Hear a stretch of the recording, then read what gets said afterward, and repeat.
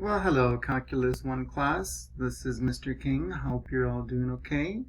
I would like to make the lecture video for 2.4 on the derivative for functions that are composition functions, where one function is placed inside another function and that creates the function that we get. So it's just one minor change to what we've already been doing with the power rule. So hope it won't be too bad. So I hope this video helps you, and I wish you the best, and I hope you are learning and enjoying the course, even though it is rushed. Okay, let's begin and let's do some calculus. Okay, I'm going to go to your WebAssign page and we'll begin. So here we are, Calculus 1 class. We are on your section 2.4, and we're on number 13, and I'd like to I'm going to help you with your homework while I attempt to teach you the content. So here we go. So we're given, nothing different really. We're given an equation. It has a graph. Every point on the graph, you can call it a point of tangency if that makes it more understandable. And then because you can call it a point of tangency, it's a potential point of tangency, which means we can draw a tangent line at every point that's on the curve. And this one happens to be the fifth root of 8x cubed plus 9x. Here is the point of tangency that they are focusing on. Nothing particular special about it, but and now we're supposed to come up with the slope at that point of tangency, which again is the slope of the tangent line at that point of tangency. So if we were to look at decimals and graph it, y equals, and we have the fifth root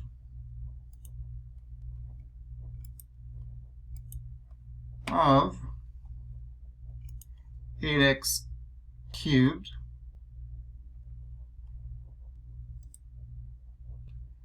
and plus, see how the graph changes as we change the numbers and add more things, plus 9 and x. And there we go. So this does look interesting right here at 0, 0. I would believe that at 0, 0, if we took the derivative, if we wanted to find the slope right here, if we use this point, if we consider this a point of tangency, which it is, and draw a tangent line, we would have a vertical line right there. And you may recall a vertical line has an undefined slope because there's no run. It's rise over run, and see there, if you draw a tangent line, and if you have a vertical line, pretend this is a vertical line right here, and if you want to compute the slope, let's say you use this point and you use this point, well, you might say there's a rise from here to here, it's a rise of 2 units, and for rise over run you would put 2, but on the denominator, the run, well, from this point to this point there is no run, so you'd have to say 0 units in the denominator. And so rise over run with this example would be 2 over 0, and that would be an undefined slope. So a vertical line, because it doesn't have a run, it's always going to have an undefined numerical value for slope. Yeah, it doesn't exist. There is no numerical value for the slope of a vertical line. And so if they did ask us this point of tangency, that right here at 0, 0, and we were to plug it into the derivative formula, and we can do it if I remember, we will get a division of 0, which means the slope does not exist. Okay? Now, this point, this function is not does not have a denominator with x's in it. So there is no discontinuity on this graph. As you can see, this is not a point of discontinuity. It's not a vertical asymptote. There's no vertical asymptotic behavior here. There's no hole in the graph. So here is an example where the function is continuous at this point right here, 0, 0. There's no discontinuity, no hole, no vertical asymptote. But since the tangent, this point of tangency, when you draw the tangent line, it's a vertical one. When you put the point of tangency in the slope formula, the derivative formula, you're going to get in your slope computation, you're going to get a 0 in the denominator, and then you're going to say the slope is undefined, or the slope at this point of tangency is undefined or does not exist. Not because there's a vertical asymptote, but just because there's this vertical behavior right here, and it looks vertical here too, but it's slightly off.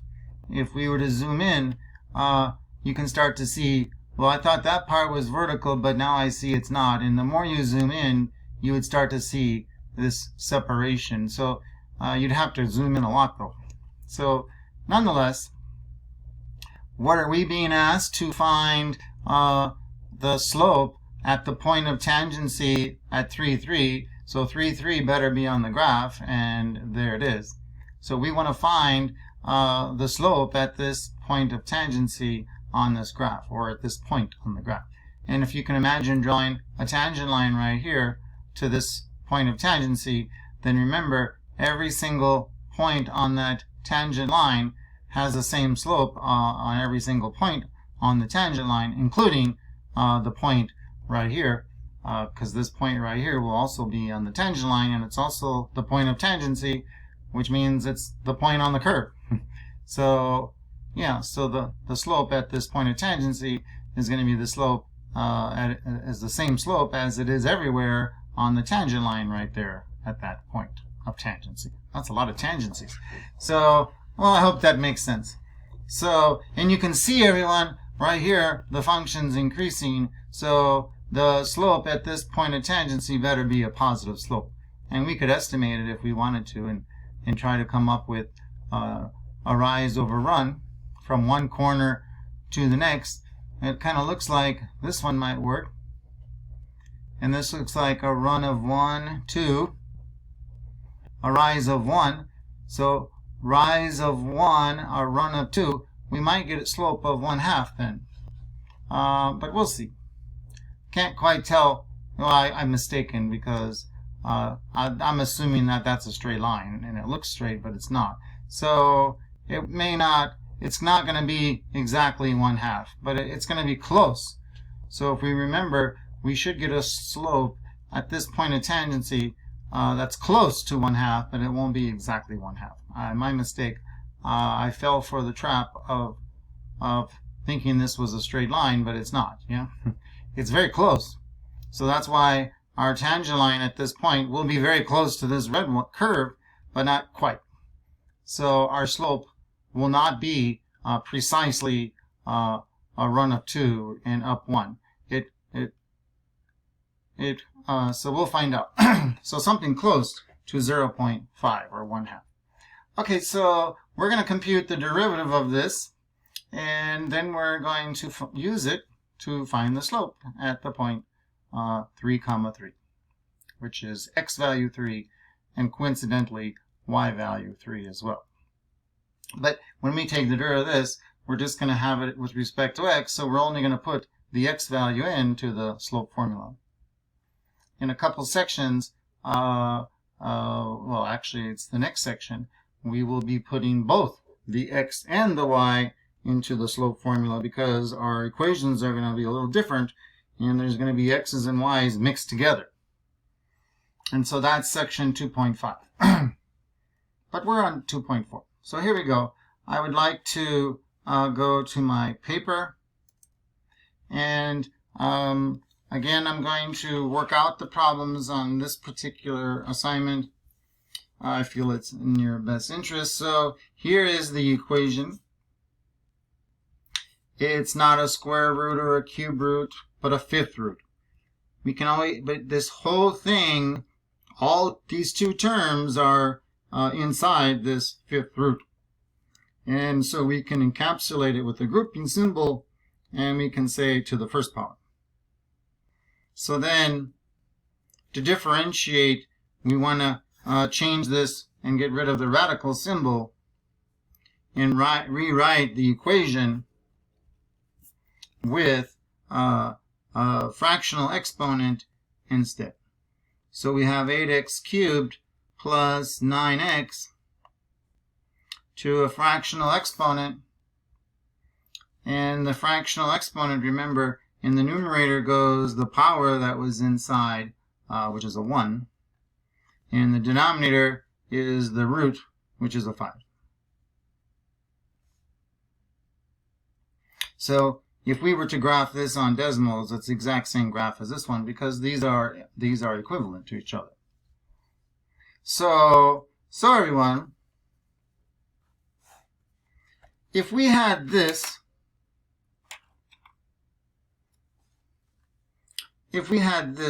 y equals x to the 1/5 power,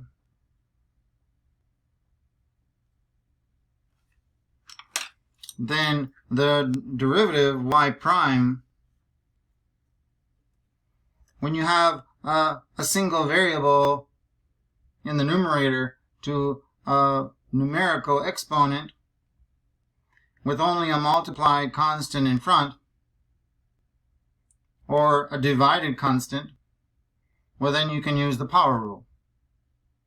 And so what is the power rule? You bring down the numerical exponent and you put it as multiplication in front of the variable or the base. So it's 1/5 times x. And then here you put to the 1 less power. To the 1 less. Well, 1/5 minus 1 is 1/5 minus 5/5.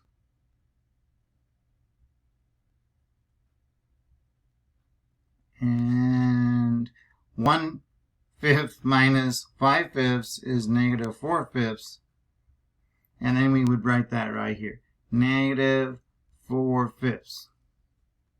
And then we could rewrite it with bringing this negative 1 times 4. That negative 1, remember, means to move it into the other position, in this case, in the denominator position. So we would get positive 4/5. So that's what we have been doing already. Now, I would like to throw one extra step on this same problem right here and we'll see if it changes anything. I'm going to put that in a little purple grouping symbol, and I'm going to put this still in a little grouping symbol.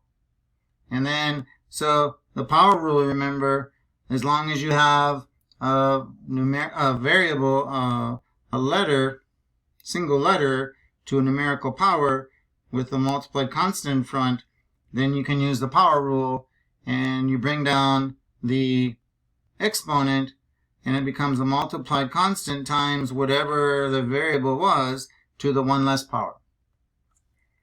So that's nothing different, right? But now I'm going to ask us to do one extra step.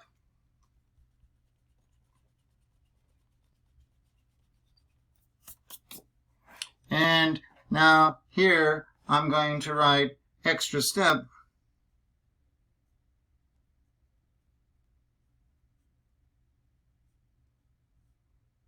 And you might be thinking, what do you mean extra step? Well, we better not get a different answer then. So now I'm going to write times the derivative with respect to the variable, which is an x, of whatever was inside this purple grouping symbol, which is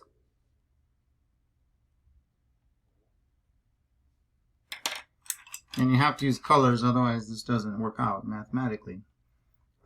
Just kidding. So, is it going to change anything if we put this extra step after we use the power rule? Bring down the multiplied constant, whatever was inside, which is the x, which was our base, to the 1 less power, and 1/5 minus 1 was -4/5. And here comes the extra step, times the derivative of what was inside the base, which was an x. And what is now, so then you say the extra step times the derivative with respect to whatever the variable is here, which is an x. The derivative with respect to x of what was inside the grouping symbol, which is an x. And what is the derivative of x with respect to x? So remember, when you ask to differentiate x to the first power, you can use the power rule, and you get 1 times x to the 1 less, which is 0, and x to the 0 is 1, so 1 times 1 is 1. So the derivative of x with respect to x is 1. The derivative of any single letter, the derivative of w with respect to w will be 1. The derivative of t with respect to t will be 1.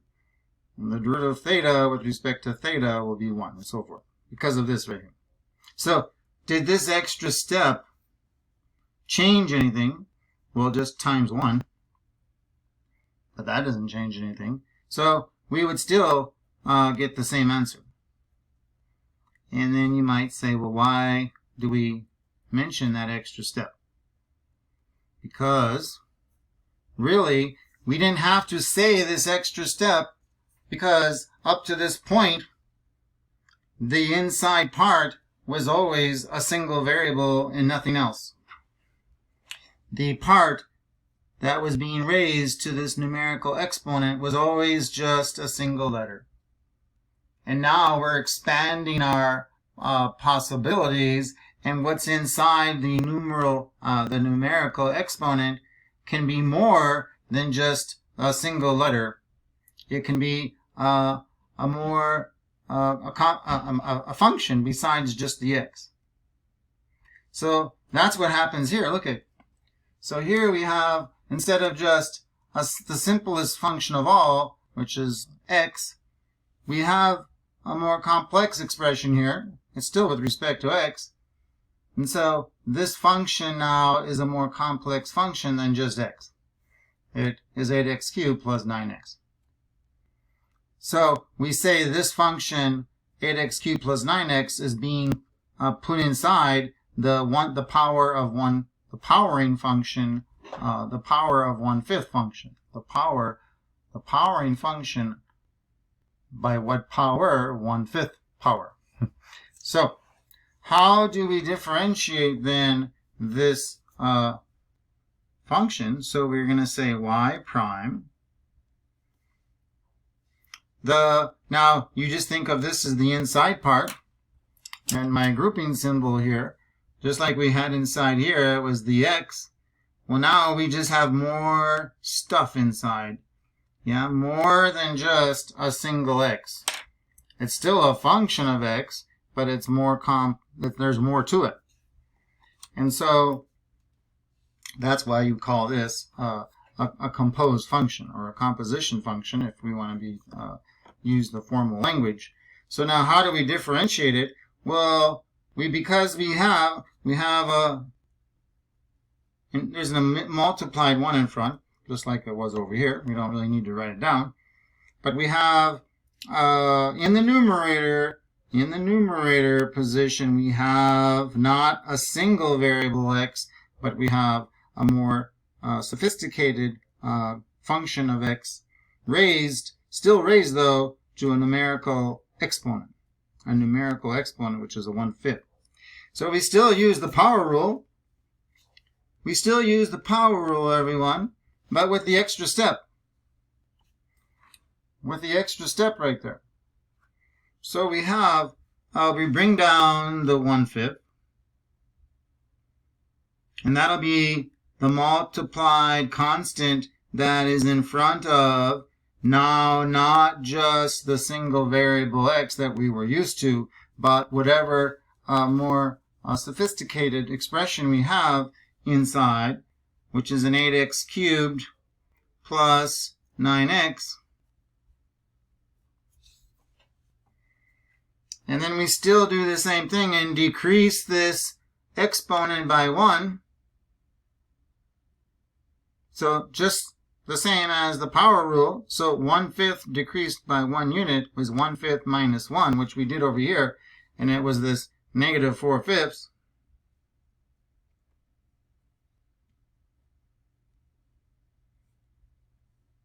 Times, and now is the extra step. If we do not up to right this moment, when all we had was a single variable right here, the extra step wasn't needed, even though we could say, well, we really should have did it. Just that we didn't want to try to overwhelm, and there was really no need to, because the derivative with respect to whatever variable here of whatever is inside, it's the same thing. And the derivative of x with respect to x, like I showed over here, is always going to be 1. So this extra step would always give you an extra times 1, which doesn't affect anything. So we don't really need to say it, nor do we need to write it. But that's really, that really was an incomplete part that we didn't do because we didn't need it. But I want us to, I think it helps if we now think of it as it really is a step you're supposed to do. It's just that because it's whenever it's just a single variable, though, as long as you're differentiating with respect to this variable, then this extra step will just always be a times an extra 1, which doesn't change anything. But now what happens when there's something more complex in here other than just a single variable? Well, then this extra step's going to give you more than just a times 1, which means it's needed. And if we forget to do it, well, then our slope formula, our derivative formula, will be incorrect. So times this extra step, and we're going to have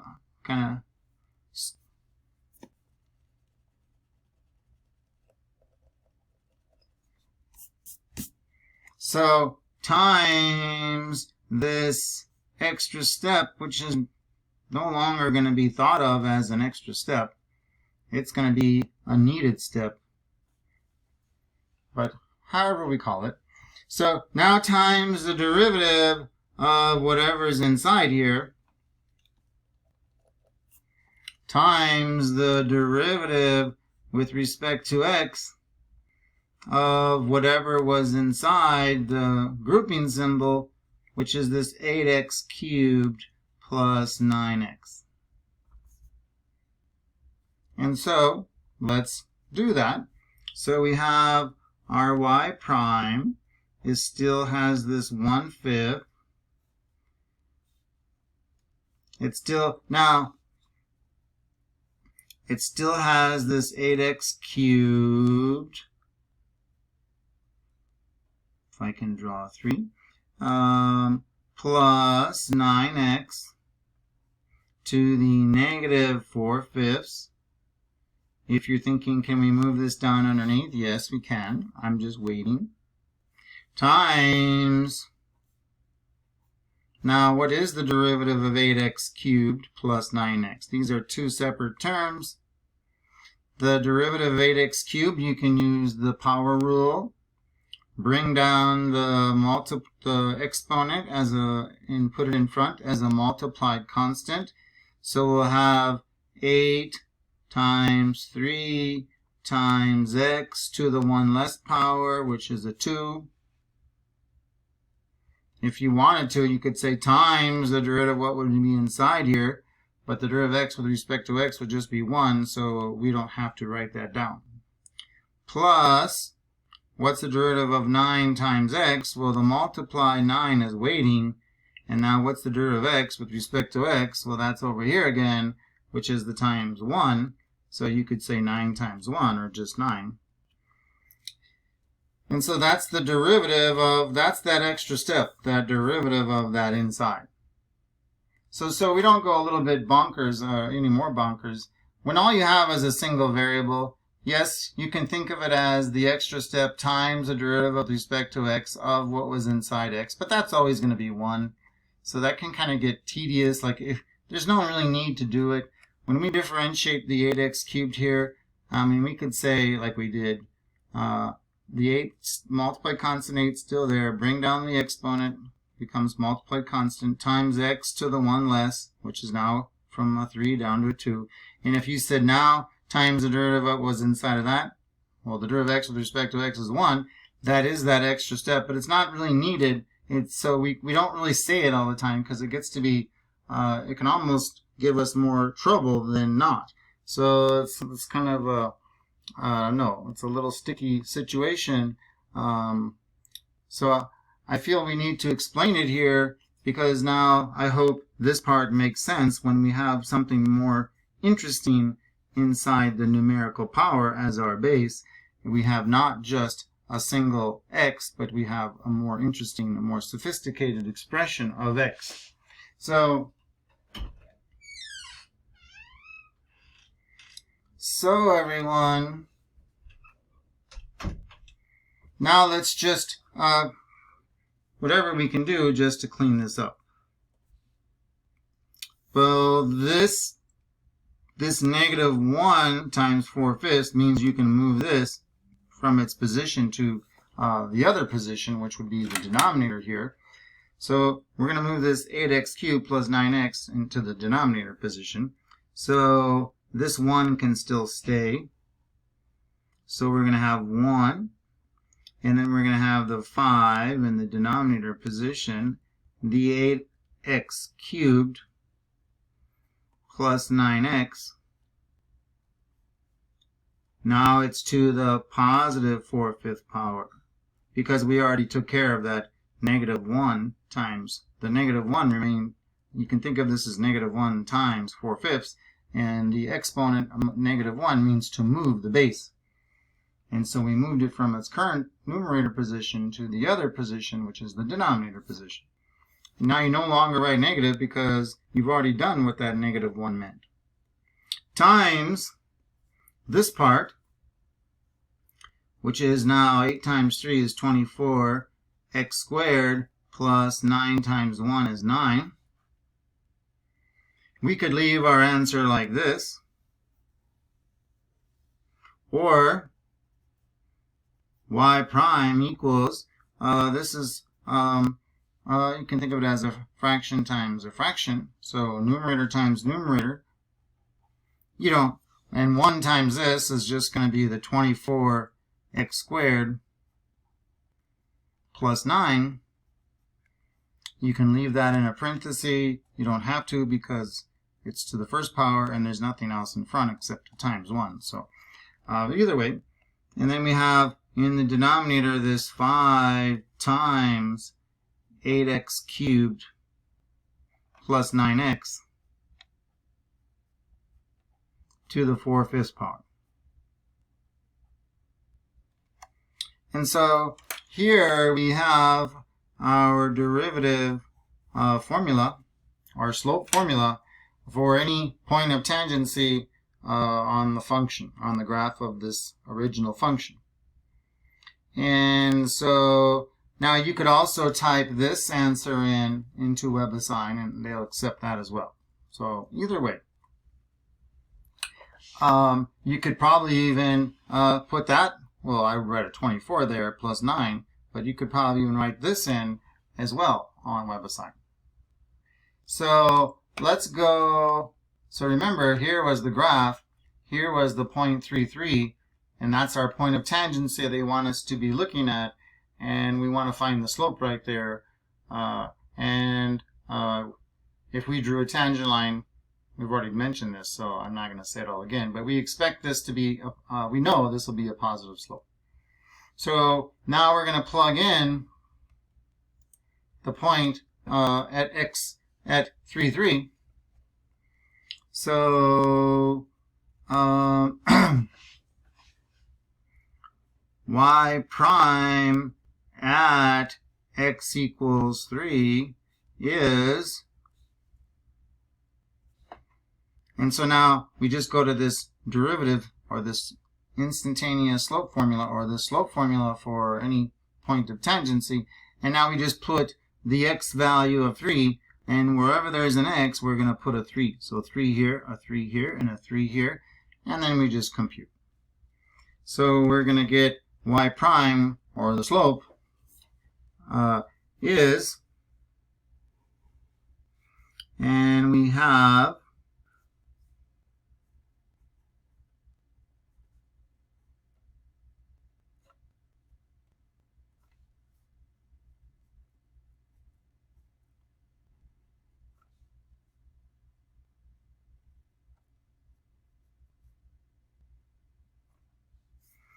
and in the numerator we have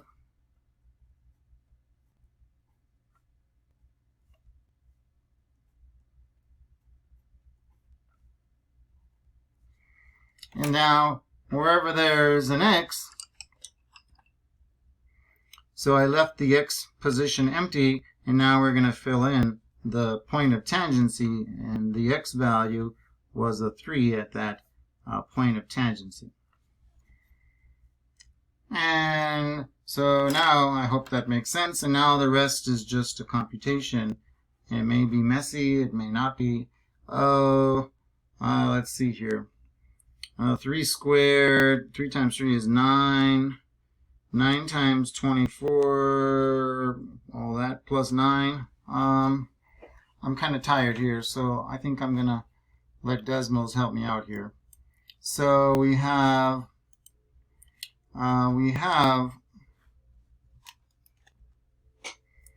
24, and it was times 3 squared, and then we had plus 9.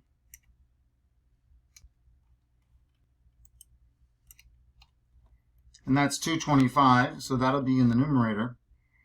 In the denominator, we had 5 times the quantity 8 times 3 cubed, which is 27, but I'll just write 3 cubed. And then we had plus 9 times 3.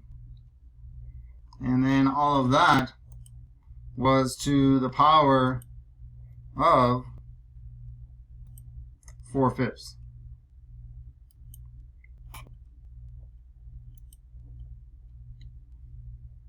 And so this is the denominator computation. This is the numerator computation. Computation. It's a competition, yeah. And now we can write 225 divided by 405, and then write it as a reduced fraction. It's 5/9. So hope you can forgive me for being a little tired and letting Desmos figure out that reduced fractional value for our slope. So that means right here, the slope value at this point of tangency right there is a positive slope, which we knew, and it's a positive 5/9.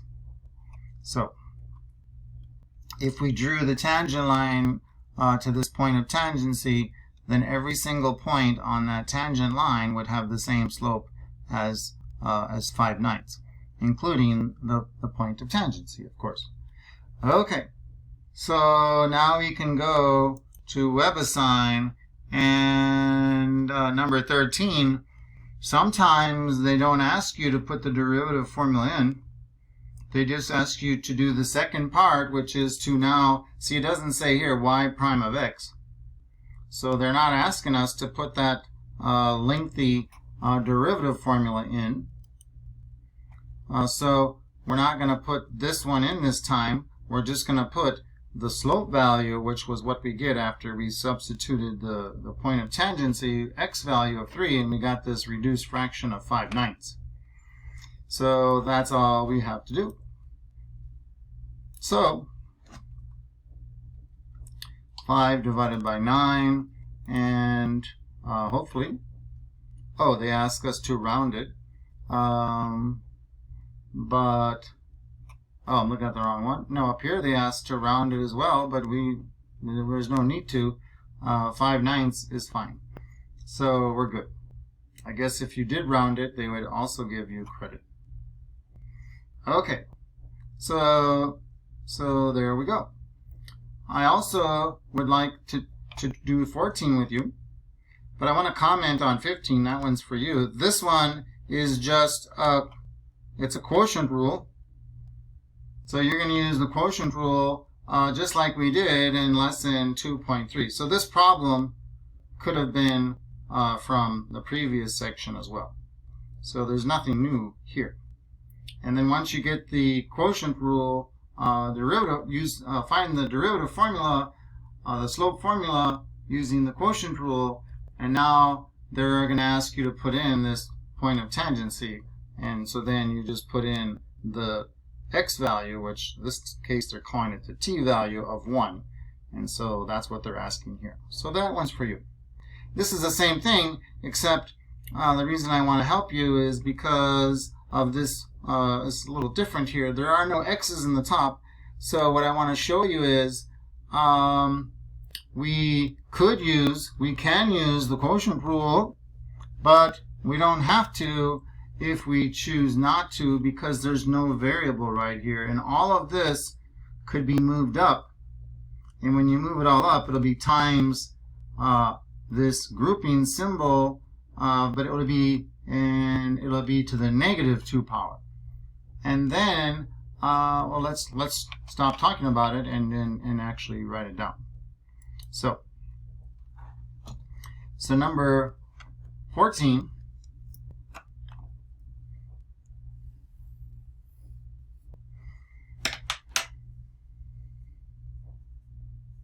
So we're given a function, and I'm already forgetting. I know it was a 2. Nope, so much for remembering. It wasn't even a 2, it's a 3 on top. So f of x equals 3 divided by x squared minus 2x quantity squared at, this author likes the number 3, I think. There tends to be 3 used a lot for some reason. Maybe I'm mistaken, but anyway, so here we go. We could graph this again, and 3, 1/3 would be a point of tangency on this graph, which means it's a point on this graph. Or you can say it's a solution to this equation. And then we want to find the slope there. Okay.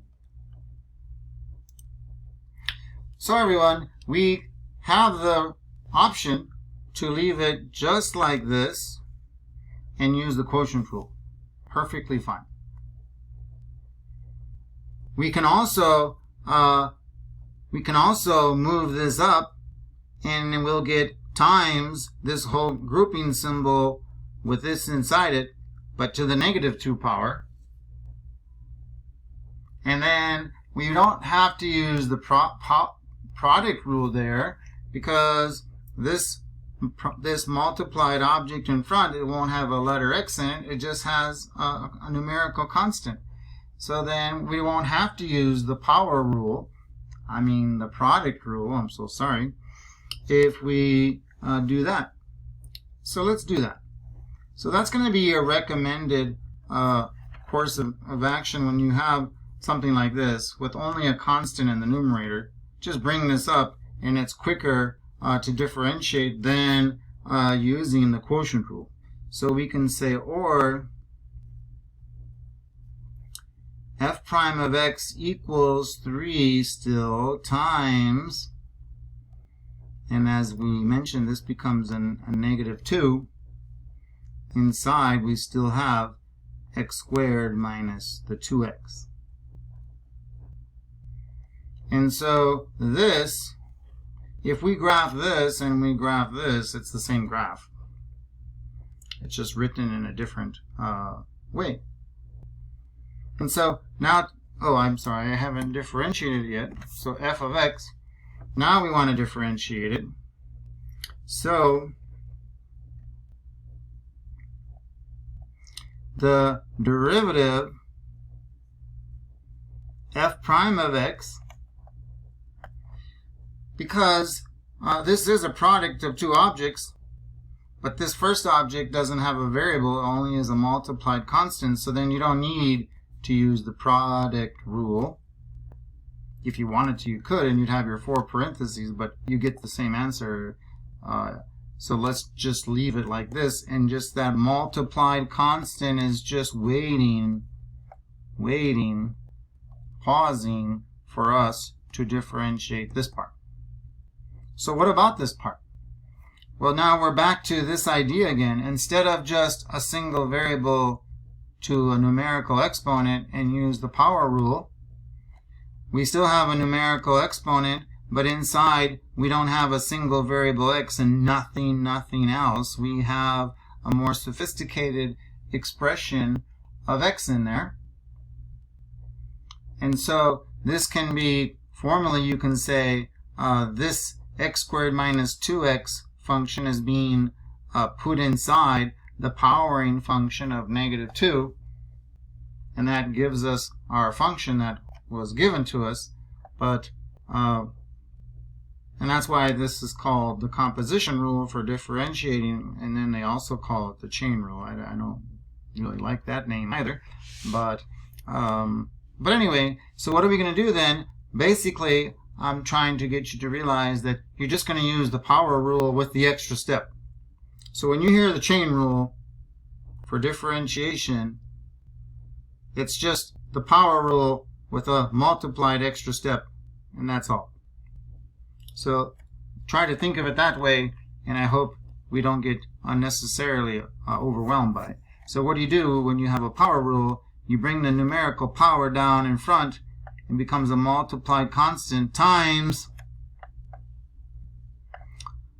Now inside here it used to just be the simplest case possible with just a single variable, and now we have a more sophisticated expression of that variable, x squared minus 2x. Well, you just write it down just like you wrote that one down. Now subtract 1, less 1, so decrease this by 1 unit. So -2 decreased by 1 more is -3. So this becomes the exponents of -3. And don't forget the extra step.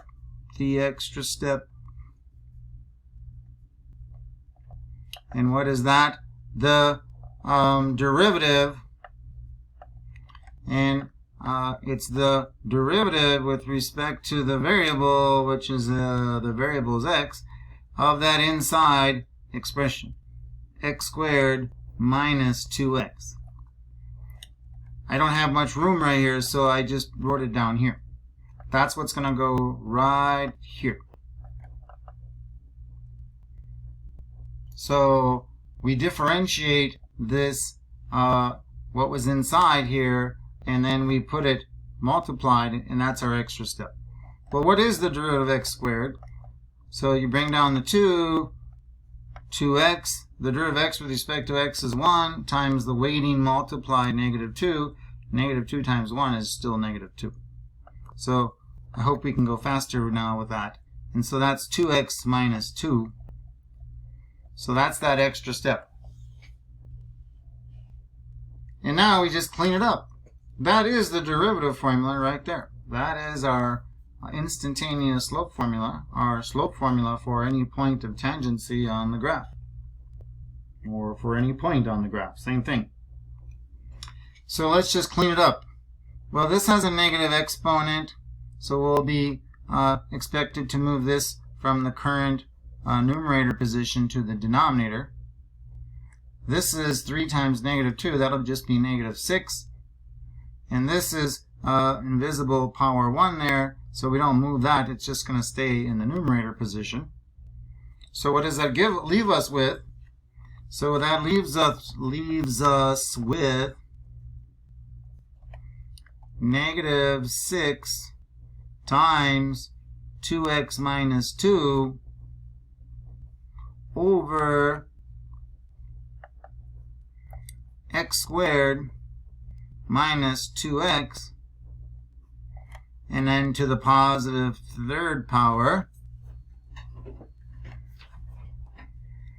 there is a cleaned up version of this derivative.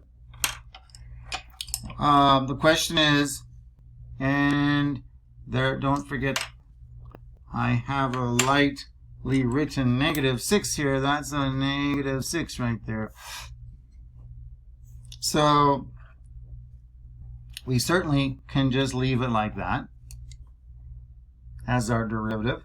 If we wanted to, because this is to the first power, if we feel it'll help us, or we just want to, we can multiply or distribute the -6 through this, and that would be -12x plus 12, and then you could just write that instead on the top. But that doesn't really make things that much better, that much cleaner. So I'm just going to choose, although someone else may disagree and say I want to multiply, well then it's fine.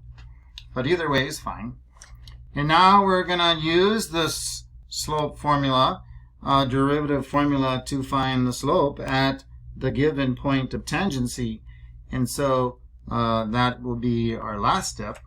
So now f prime at, there's the author likes that x value of 3 again.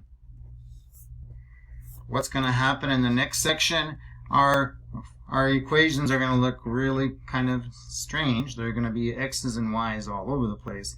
And then when we find our slope value at the point of tangency, you're going to have to put, there's going to be x's and y's in the slope formula, and you're going to put the x value and the y value in. It's like right now the y value feels left out because we never put the y value in. Well, that's an important part of the point of tangency. And it's the only reason it's being ignored is because the derivative formula doesn't have any y's in it. Yeah, so we don't need to put the y value in. Or in this case, it was this one up here.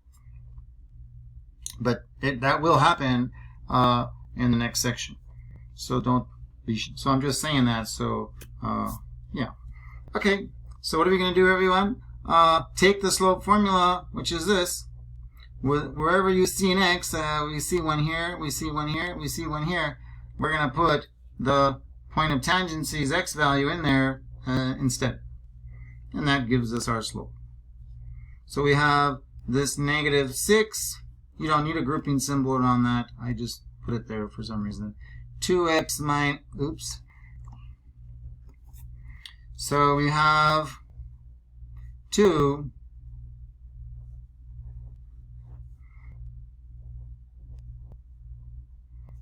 got it too close there to the other work. And then over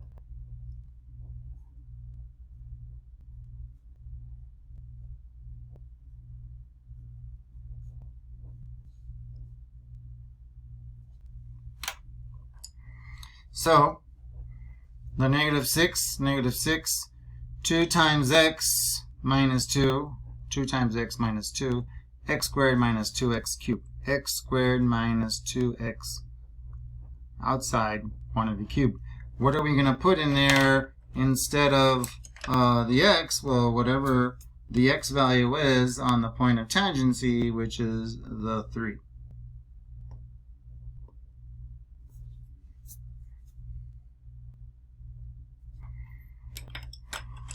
And now we just have a numerical computation.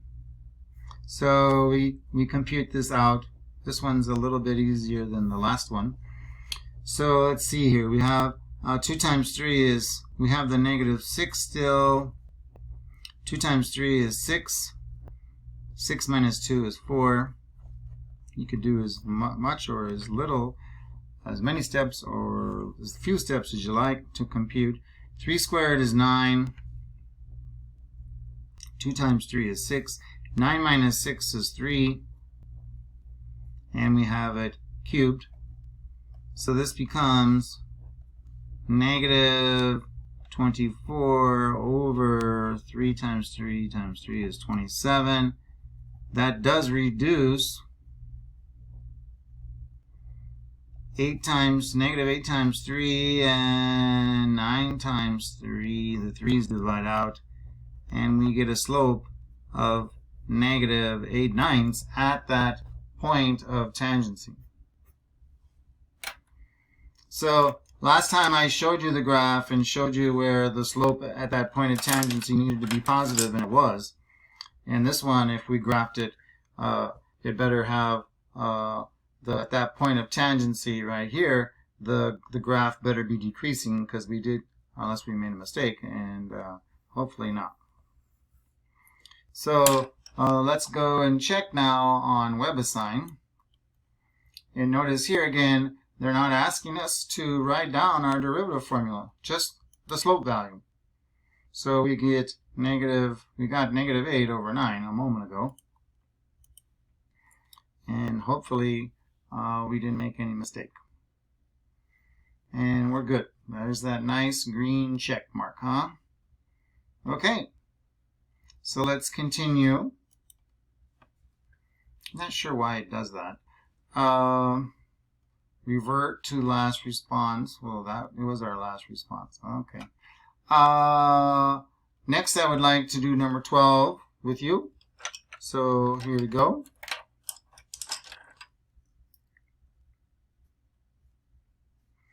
Notice on number 12 here, they're not asking us to find the slope at any point of tangency. So just one less step to do, but no big deal.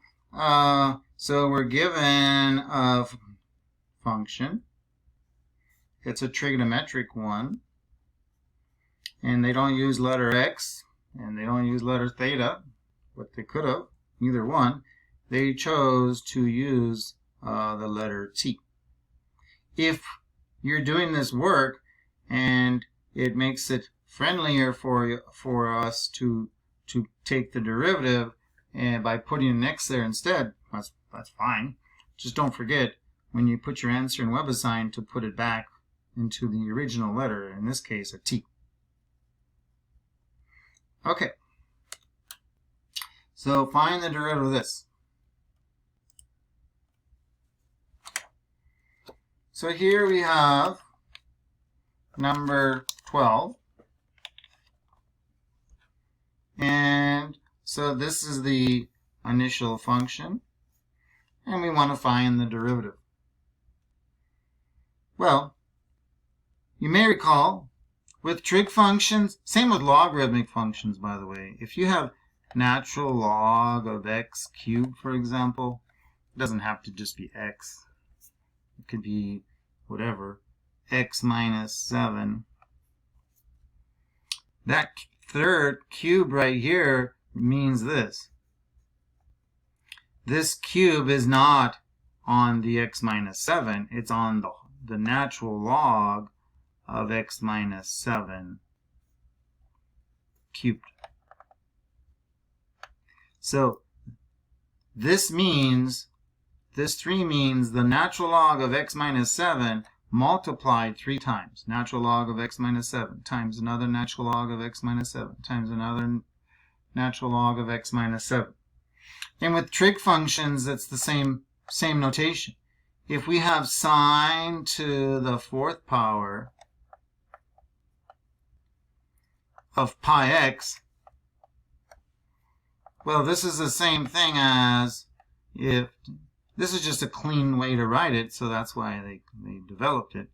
But we need to realize that because we're going to differentiate it, so we got to realize that power right there really means the 4th power is on this whole thing. It's on sine of pi x. What can we get confused with is if we had this instead.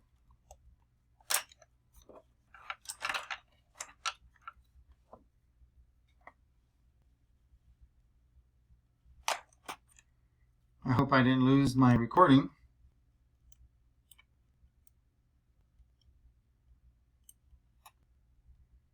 So bear with me a moment. That would be a bummer. Are you still with me, everyone? I'm not sure. I could have been talking for the last hour and there was nothing going on. That would make me very sad.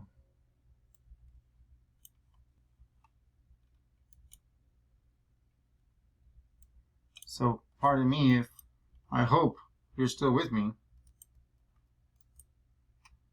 And where is it?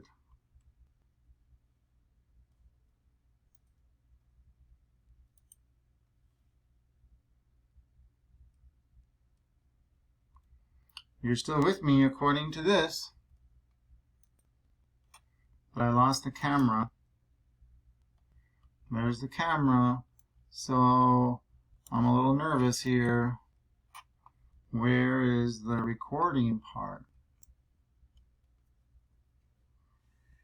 So please understand, I'm trying to make sure that that you can still hear me and see me, and I'm not talking in vain here. So let me think.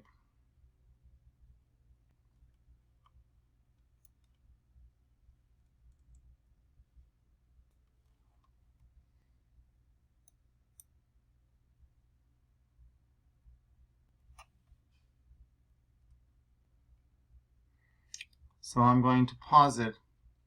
Oh, I'm going to pause it. Okay, everyone. So it appears nothing was wrong. I was just freaking out. I did not want to speak for this entire lecture. I had a dream like that once. Yeah, I taught a 3-hour lecture, step by step, sentence by sentence, very vividly, and then I woke up and I realized that it was all a dream, and that I still had to do the 3-hour lecture. So that was quite disappointing, and I hope that just didn't happen right now. So thank goodness it did not. So we're still live, we're still talking mathematics, and I have not lost my mind completely yet. Okay, so that's good news. Okay, so now where were we? So I wanted to show you, everyone, because we have this secant cubed, and we want to make sure that we understand the difference between the cube being here, the cube being right here, and where actually is the cubing power at. So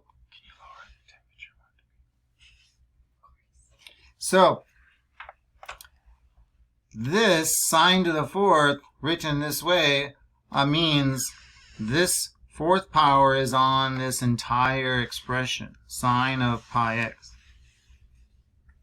So this is equivalent to this.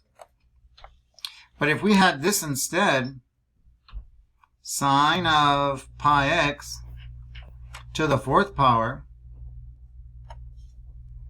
this is not the same as this, which is not, remember these two are the same, but this is different. This means, you can't see it because it's not on the screen, so I guess your teacher is losing it, okay? So here was what I was pointing at, which you couldn't see. So what I wanted to say was that this fourth power right here is very different than looking at this one. And remember, this one right here is the same as this one. These two are the same. These two are the same. This means the fourth, what's being multiplied 4 times? When you see this or this, which are the same thing, it means the sine of pi x is being multiplied 4 times. Sine of pi x times sine of pi x 4 times. This means ln of x minus 7 is being multiplied 3 times. What does this mean?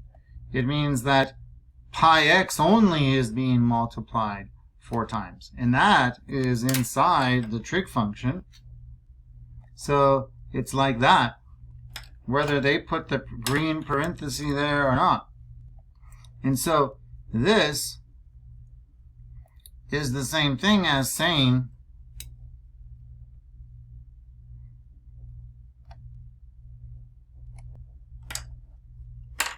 pi x times pi x 4 times, not sine of pi x 4 times. And I lost room. I don't have much room here. Yeah.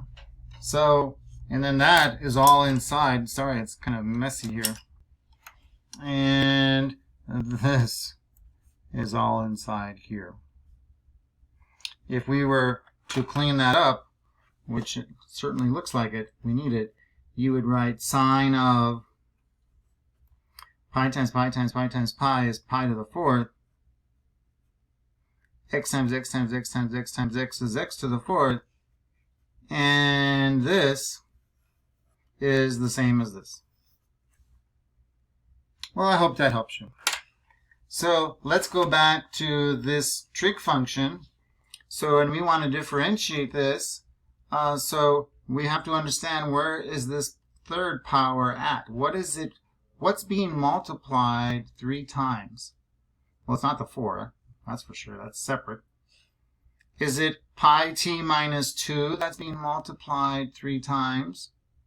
Or is it secant of pi t minus 2 times another secant of pi t minus 2 times a third secant of pi t minus 2? Well, that's what that is. It's not just only pi t minus 2 3 times. It's secant of pi t minus 2 multiplied 3 times. So we write 4 times. Now we don't have to write it out, and we don't want to. We want to write it like this, though, so that we can know how to differentiate it and use the power rule, or we can say the composition rule, or they say that chain rule. And so I hope you all are okay that this is the same as this. They are the same. So, okay. So once we've done that, and now you have to say to differentiate, whenever you have a numerical power, numerical exponent, inside of that numerical exponent you have a function, and it's not just t cubed, but a more sophisticated function with t in it, and secant of pi t minus 2. So that's a more sophisticated function than just little old t cubed. Yeah? No disrespect to just t cubed, though. Okay? So, yeah. So now, to differentiate this, we're going to say f prime of t.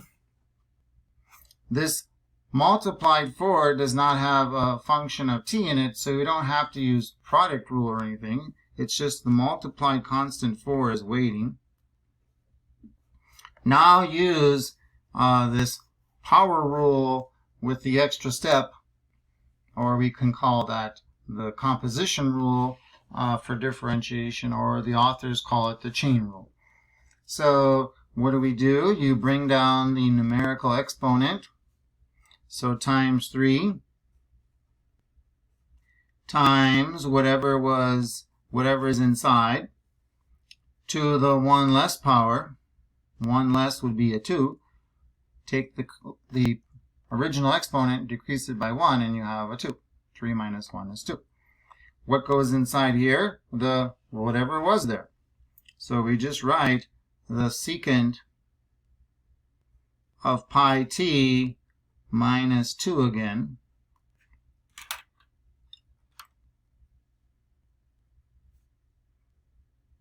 Okay, and now here's the part that's easy to forget, and that's the extra step. Times the derivative. What goes right here? This extra step times the derivative of whatever was inside this power of 3, which is the secant of pi t minus 2. So now times, so what goes in right there? The derivative with respect to t of that secant of pi t minus 2. And so now we have that extra step requires us to do another differentiation. On the last problem, the extra step was right up here, and it was the derivative of whatever was inside the exponent, the expression that was inside the exponent to begin with, and the derivative of x squared minus 2x. Yeah, we did that right here. That was not a very difficult derivative. It was just 2x minus 2. And then we just write it there. But what do we have to differentiate on this one? Well, what was inside the original power, secant of pi t minus 2? So now this may seem a little more difficult to differentiate than just x squared minus 2x. But it's all relative, yeah? So what is the derivative of secant? Yeah, the derivative of secant, if we looked on our derivative formula sheet, the derivative of secant is secant times tangent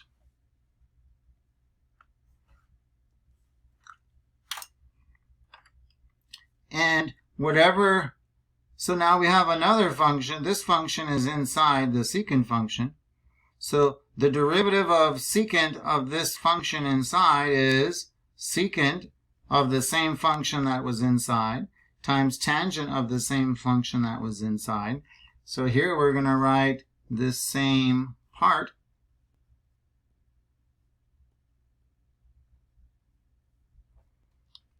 And the same part here. And so here's sort of the dangerous part, so I got to be careful with my choice of words. So whenever we differentiate a function that has an inner function inside of that, then we differentiate this outer function, secant, which is a secant times a tangent, with the same inner function, but now times the extra step, which is the derivative of that inside function here. I listened to myself saying that, I'm like, it must sound really bad. But so now we differentiate with respect to t in this extra step, the pi t minus 2. So what's the derivative of pi times t minus 2? Well, the derivative of constant by itself with an addition or subtraction, remember we talked about that, well, that's 0. Now what about the derivative of t? This multiplied pi is just waiting because it's multiplication. So the multiplied pi waits. And what's the derivative of this t with respect to t? Well, that's just like we said before. The derivative of x with respect to x is 1. The derivative of t with respect to t is 1. The derivative of theta with respect to theta is 1. So this is just times 1. And pi times 1 is pi. So what is this extra step here? Well, times pi. So this is when it can get, this is when people can start to get a headache, yeah? Because we have, this looks fairly harmless, 4 secant cubed of pi t minus 2. Rewrite it as, with this power out here where it's easier to understand, we're going to use the power rule.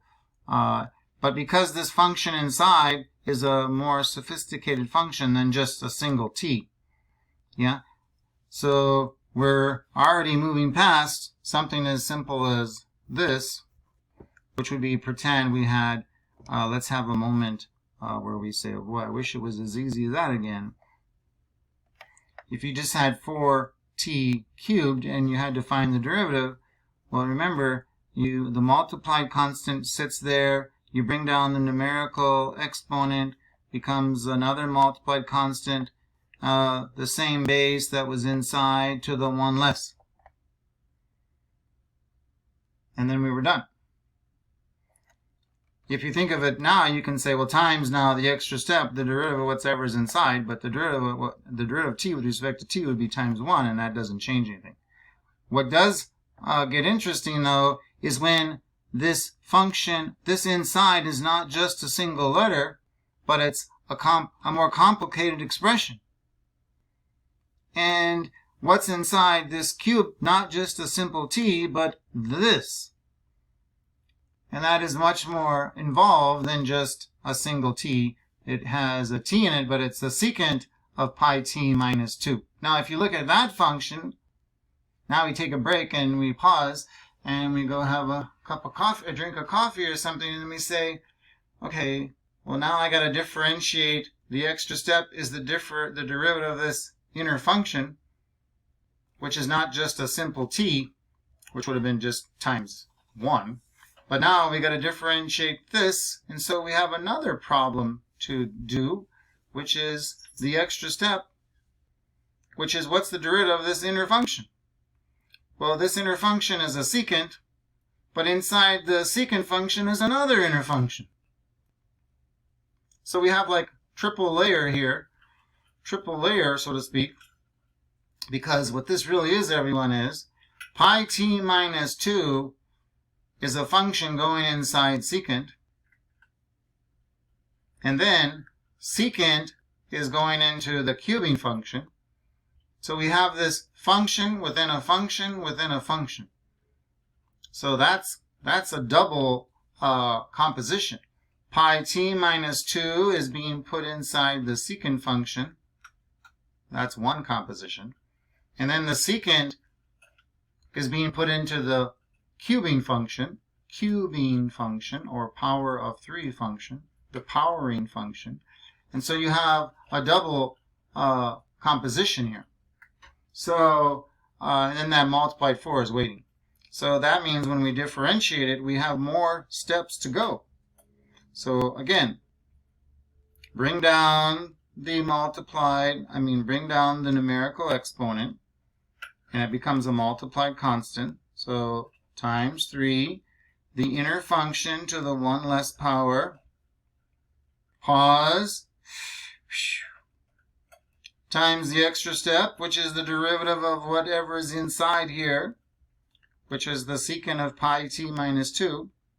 But remember, secant is a function, but inside of secant is another function. So now we say, okay, what's the derivative of a secant function? Well, we look in our formula sheet, and it's secant times tangent. But it's not just secant times tangent, and there's just nothing in this parenthesis. It's whatever was inside the function over here, which was this pi t minus 2, whatever was inside the secant function.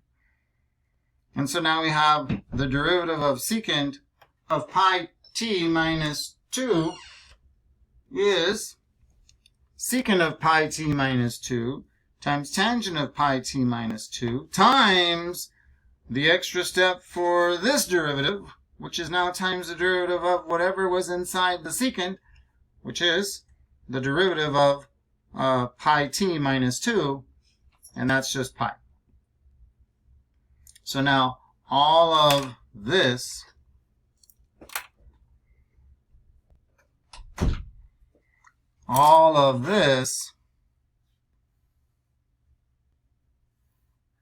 goes right here. So I hope that makes sense. So let's clean this up. So this can be maddening, or it can be relatively nice once we practice it a few times.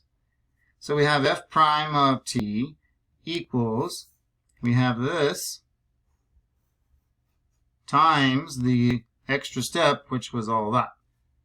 So the 4 times 3 is 12. We have secant of pi t minus 2 to the second power, still. And then we have times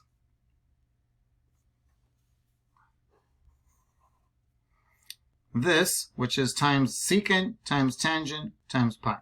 So times secant of pi t minus 2. Sorry, I didn't write this straight.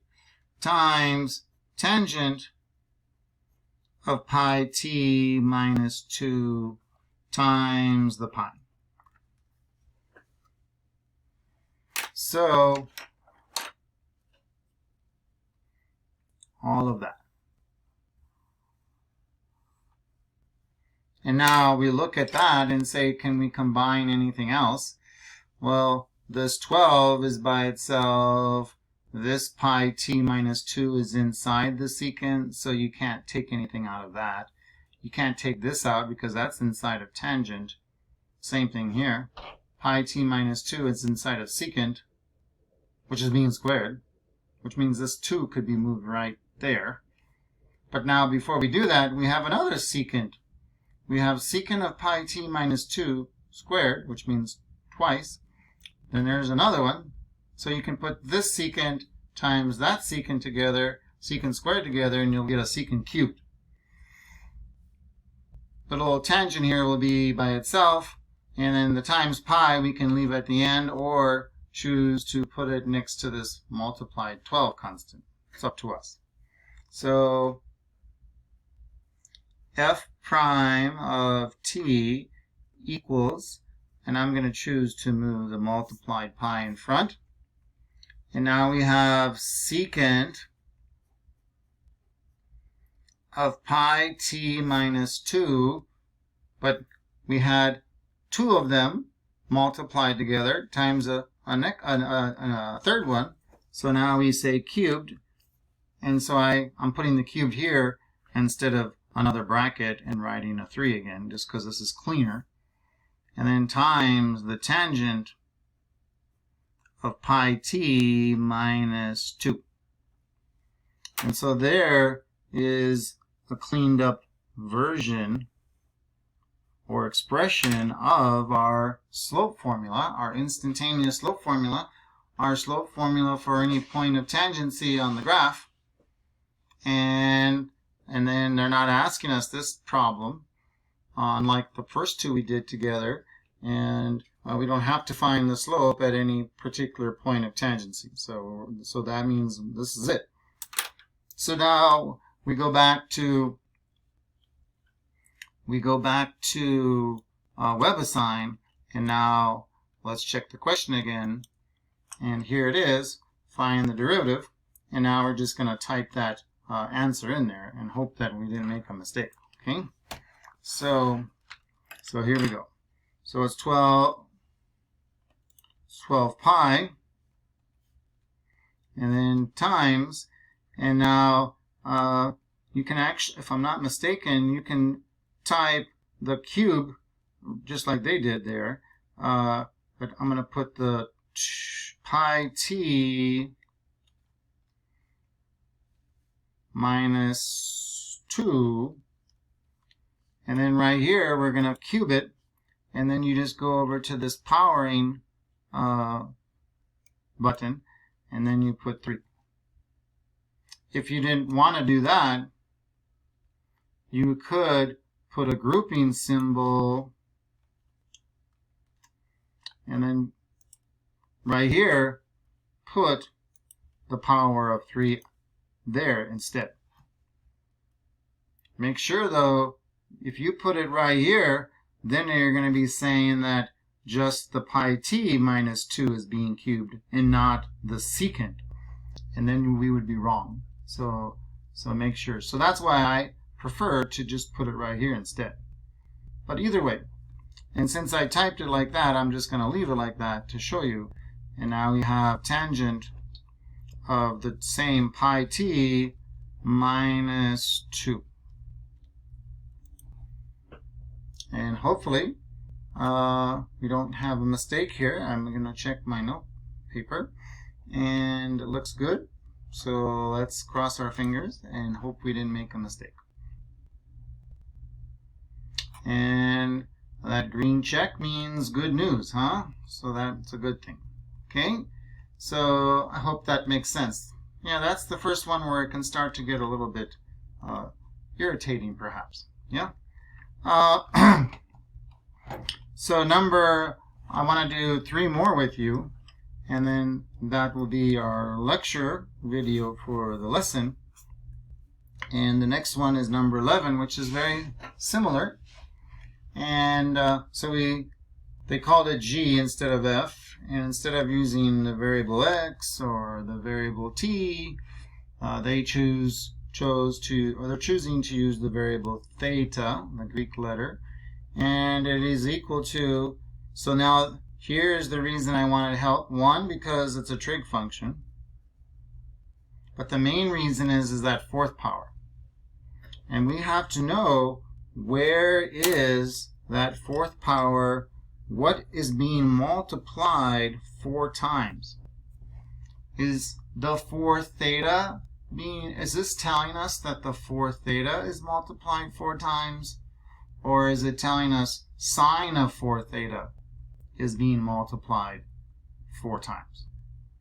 So is it sine, and then the inside of the sine is 4 theta times 4 theta times 4 theta times 4 theta, and only a single sine in the front? Or is it sine of 4 theta times another sine of 4 theta, and a third one, and a fourth one? Well, because there's this parenthesis right here, and then this one right here, it means, and this power of 4 is outside of this parenthesis, then it means this powering of 4 is on everything that is inside this closed parenthesis and this open parenthesis. So what is inside this open parenthesis and closed parenthesis? It's all of that. So that means sine 4 theta is being multiplied 4 times. So we have to make sure we understand that before we continue with any of these problems. Otherwise, if we choose the wrong way, then everything else we do will be wrong. Okay. They could have put then that fourth power right there, like they did right here, and but they didn't this time. But they could have. But we want it out here anyway, so that we can more comfortably use the chain rule or the composition rule to differentiate, or we can call it the power rule with the extra step. Your choice. Okay, so I have written that down on my notebook. Now let's go there, and then we will differentiate. And again, they're not asking us to find the value of the derivative at any particular point of tangency. So just the derivative formula. Okay. So here is number 11, and now let's try and differentiate. So all of this is to the fourth power. There is no multiplied constant in front, unless you want to say that multiplied invisible times 1, which is always there. And so here we go. So G prime of theta equals, so what do you do when you have a function raised to a numerical power and you have to differentiate that? So you can say, I'm going to use the power rule, but then because this is not just the variable only, theta, it's not just theta to the fourth. If it was theta to the fourth, and that's it, well, then that would be like if it was x to the fourth, and then you would just bring down the 4 times x to the 1 less power, which is a 3, and then if you want to think of the extra step, so be it, times the derivative of this x time with respect to x, which is just times 1, and then we would be done. But because this is only an x inside, you don't have to think of that extra step if you don't want to, and we haven't been. So what would be the derivative of this? It would be y prime equals 4 times theta to the 1 less power, which is times 1, and that would be it. But we don't have just theta to the 4th power. We don't just have x to the 4th power. So then we should be thinking then, oh, this is a more than just the single variable to a numerical power. It's a function, and it's actually 4 theta is a function, and then that's inside of sine, and then sine of all of that is to the 4th power. So we have 4 theta as a function. It's being put into sine. That's one composition. And then all of this sine 4 theta is going into the powering function of 4, the power of 4, or powering of 4. So that means when we differentiate this, you're going to use the power rule here, bring down the 4. So here we go. Bring down the 4, and it becomes multiplied by whatever was inside the 4th power. What's inside the 4th power? Not just a single variable theta, but a more sophisticated function itself, and it's sine of 4 theta. And then what goes up here? Well, you decrease the exponent by 1. That's the power rule. And now times the extra step.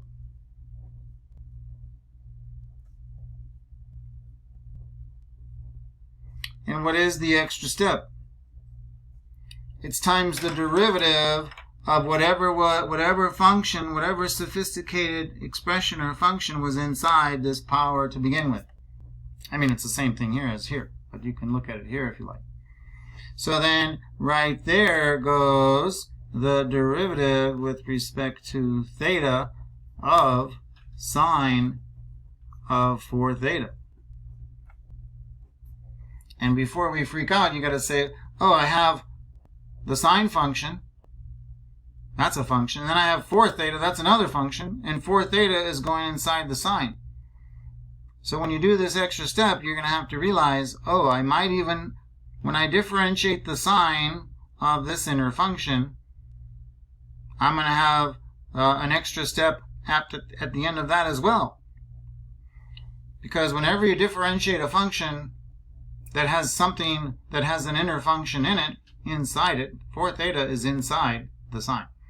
So when you differentiate it, you differentiate the sine function, which is cosine, of the same inner function. What was inside the sine? 4 theta. So what goes inside when you differentiate sine and you get cosine? What goes inside still? The same inner function that was inside before. But now times the extra step.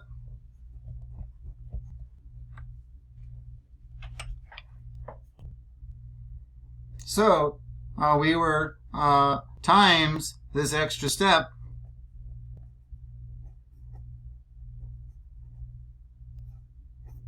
which is the derivative of this inner function. And then what's the derivative of 4 theta? Well, it's like saying, what's the derivative of 4x with respect to x? Well, the 4 weights, the derivative of x with respect to x is 1, so you just get 4. So the same thing here. What's the derivative with respect to theta of 4 theta? It's just 4. So here we have times 4. So what is the derivative of this? Well, you bring down the numerical power times what's inside this powering of the 1 less exponent, which is no longer 4, but decrease it by 1, it's 3. What's still inside? Well, the same function that was inside before, sine of 4 theta. But now we're not done yet, because when you did this power rule and bring down the 4 and then to the 1 less, and then the same function that's still inside, well, then there's this times extra step yet. And what's the extra step? A multiplication of the derivative of whatever function is inside of this powering of 4, which is the same thing here, the sine of 4 theta. So now you have to differentiate sine of 4 theta. So maybe problem number 1 or 2 or 3 at the top of your assignment will be differentiate sine of 4 theta, and then you didn't even have this. Well, this could be a problem in itself, and there will be problems like that towards the top because they're more at the beginning level. What is the derivative of any trig function of an inner function? Well, if it's sine, we've already done this before, it's the derivative of sine is cosine. And before we just had a theta and that was it. And we just wrote cosine of theta or cosine of x. But now we have to write cosine of whatever, and now we have a more complicated expression or function inside of the sine, not just theta, but 4 theta. So now once you have something extra besides the single letter, now you need the extra step, which is the chain rule, which is the composition rule. So, you say to yourself, there's more than just a single theta, a single variable inside the sine function. So that means when I differentiate sine of that extra function inside, I'm going to have the extra step. But what's the first step? The derivative of sine is cosine with the same inner function in it that it was up here, 4 theta. Now times the extra step. What's the extra step? Differentiate what was inside here. If that just would have been a theta and you would have done the extra step, you really wouldn't have needed to, because the derivative of theta with respect to theta is 1 and it wouldn't have changed anything. But because there's something extra, you need to do the extra step. Extra step. And what is the derivative of 4 theta? It's 4. So if this was problem number 1, and they said differentiate sine of 4 theta, well, we would write this. Now this 4 is not inside the cosine function, so you could leave the times 4 here or put it in the front. It's up to you. So most of the time you'd write it like this: 4 cosine of 4 theta. So, but remember, this was not the initial question. This was part of this problem. And this problem was sine of 4 theta to the 4th. So you use the power rule. People say it's the composition, it's the chain rule, and they get mixed up with the power rule, and it is confusing. But I hope you can understand that it's the power rule with an extra step. And why the extra multiplied step is because whatever was inside this numerical power is not just a single letter and nothing else. It is its own expression with more than just a single theta and nothing else. It's its own function inside. So then you have to do the extra step, and when you differentiate sine of 4 theta up, what's inside the sine? Oh, it's something extra as well. So then, yeah. Well, anyway, so I think I repeated myself enough. 4 times cosine of 4 theta. And now we clean it up. That 4, this is times 4. It's outside of cosine. So when you have multiplication, so this is like sine of 4 theta cubed times 4 times cosine of 4 theta.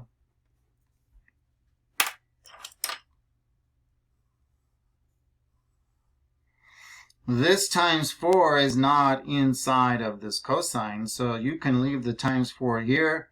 You can put times 4 way over here. You can move the times 4 in the front. Well, that's what's most common, because then you can multiply by this other 4. So then we get 16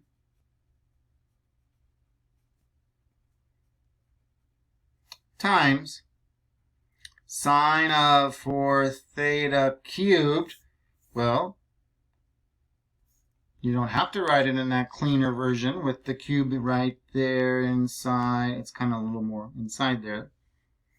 Times the cosine of 4 theta. And so there's our derivative class. So, I hope that makes sense. You can always, instead of me repeating myself 4 times and I can do another 3 or 4 times, you can always rewind, pause, and if you're not understanding. And I hope that this does help. Yeah. Okay, so let's go to the WebAssign and type in the answer, and hopefully we are correct. 16 times sine of 4 theta. You can type theta, which is the spelling of theta, or you can come over to Greek and look for theta, which is that one. So either way. And now right here, though, we have to cube it. You could write it like I did right here on this previous one and put it the extra parentheses cubed, or you can put it right there. So this time I want to write it there. And then over here it's times, which I don't think you need to write the times, but cosine of another 4, and just this time I'll go over here instead. So yeah. And then we check.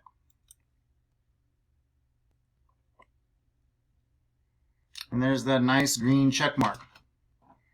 So, okay, so we've done the ladder problems. You're going to do this one, remember, with the quotient rule.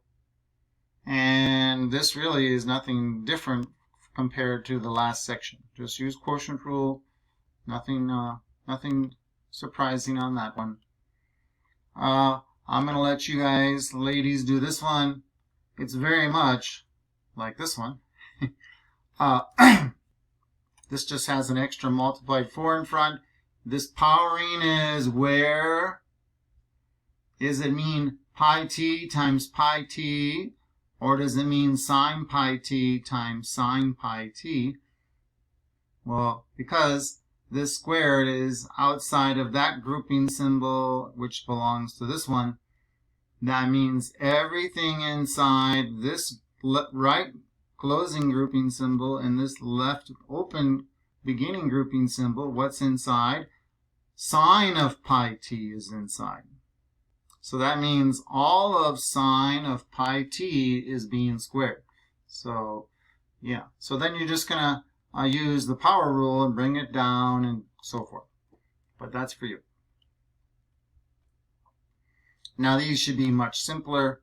This is what I was telling you about when I showed you on my paper. And I said, this could be, when we had to do this extra step, the derivative of this inside part, the derivative of sine of 4 theta, and we wrote it over here, and I said that could have been one of your earlier questions. Well, that's now one of the earlier questions. It's just doing something like that. So that's what those are. This one, that. Well, that's almost the exact same thing. Instead of being sine of 4 theta, it's cosine of 4 theta, or cosine of 4x. So, yeah. So the derivative of cosine is -1 times sine of the same inner function times the extra step, the derivative of the inner function. But what's the derivative of 4x with respect to x? It's times 4. So that would be it, except you can leave it like that, but you also can say this -1 times 4 would be -4 in the front. So if you wish, we could change it like that.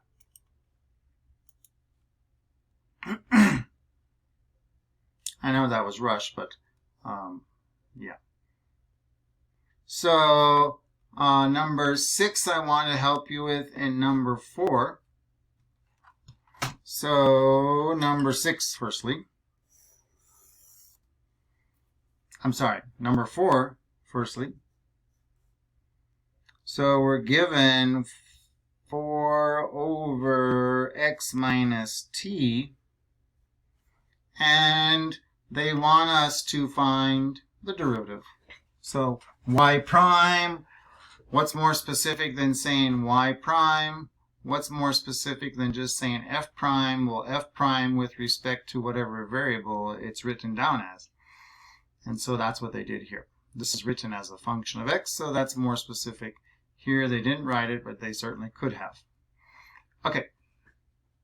So Yeah, so the derivative of this, you can put a grouping symbol around this, and it's x minus 2 to the first power, and then it's very much like this one, number 14. And when we only had a number there, remember, we moved it up, and it became open parenthesis, x squared minus 2x, still close parenthesis, and this 2 became a negative 2, and then we differentiated it. So we're going to do the same thing with this one, and put a parenthesis, or you could use the quotient rule, but you can also, because there's no number there, we like to try to suggest to move it up, because it's quicker, it's cleaner, and it's a relative. I mean, you can use the quotient rule, no problem, and this is actually fairly friendly as well. But it's just kind of a tradition or suggested tradition to say, if that's just and only because not really it's a tradition, it's just more efficient. Maybe I used the wrong word when I said tradition. It's just more of a customary practice to say that's a number only, and this can be moved up and times x minus 2 to the negative 1 power, and then we can use the power rule, or you can say the chain rule, and do that. So let's do that. So I'm writing the problem down.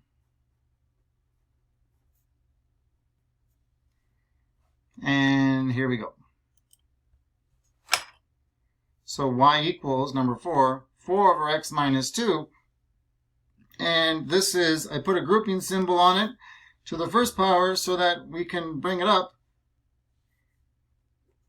And now we want to differentiate it. So y prime, or y prime of x, the multiplied constant is still there.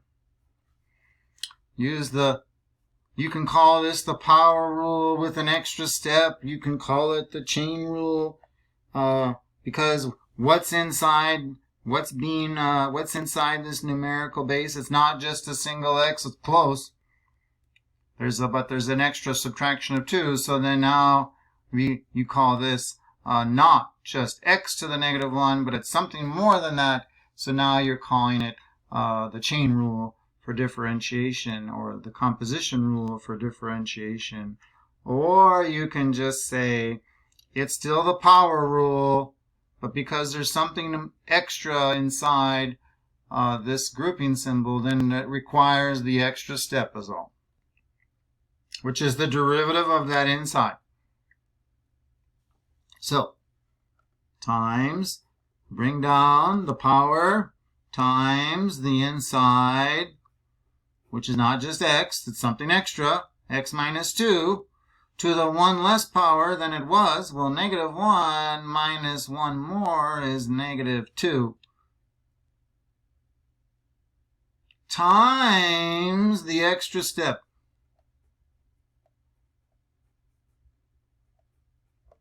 What goes here? The derivative with respect to x of that inside, which is x minus 2. Well, what's the derivative of x? 1. What's the derivative of negative 2? 0. So what's this derivative of this inside? It's just times 1. So that was not very complicated this time. Now I'll clean it up.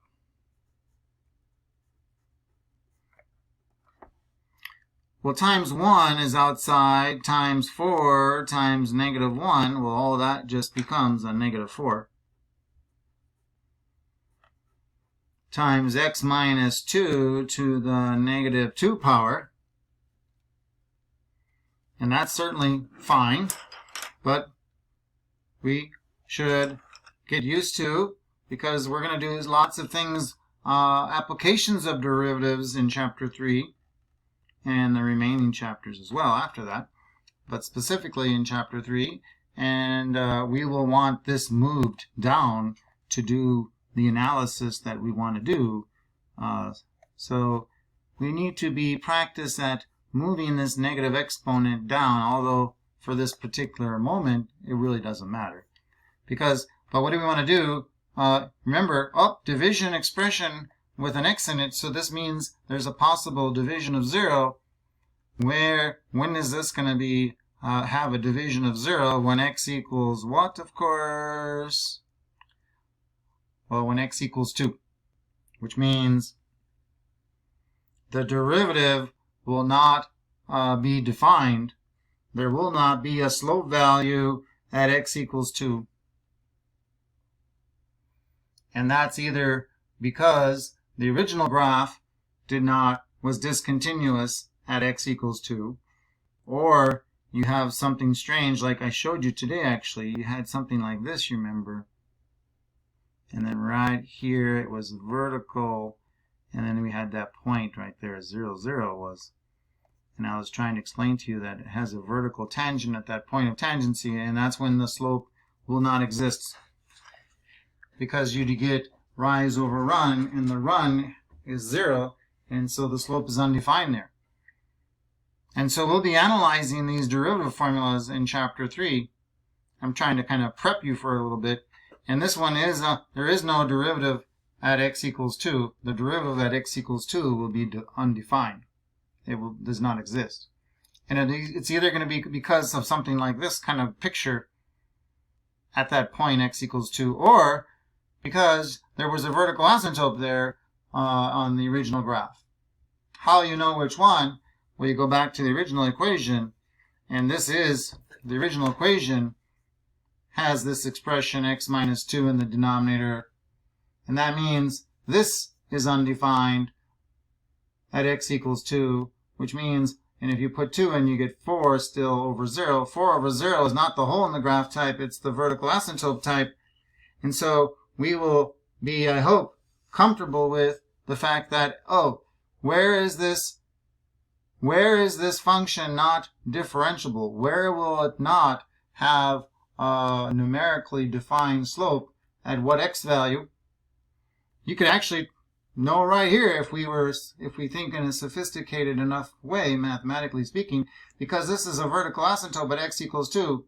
There's no point there, so there can't be a defined derivative or a defined slope there. So therefore, we already know just by looking at this. But it's also supported by when you look at the derivative formula and we say, this is undefined at x equals 2, which means the slope value is undefined or does not exist at x equals 2. Why? Not because of this reason, because this is not a vertical asymptote. That's just a point whose point of tangency is a vertical one, and a vertical line, it has undefined slope. It's not this reason, it's because there's a vertical asymptote. And so that kind of stuff is what we're going to analyze, plus more, in chapter 3. But for the moment, we just had to differentiate, and there we are. So let's put that in and check. So it's negative 4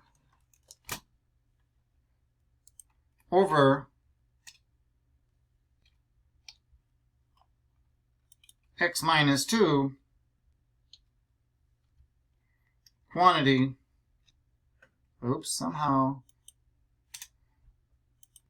quantity squared.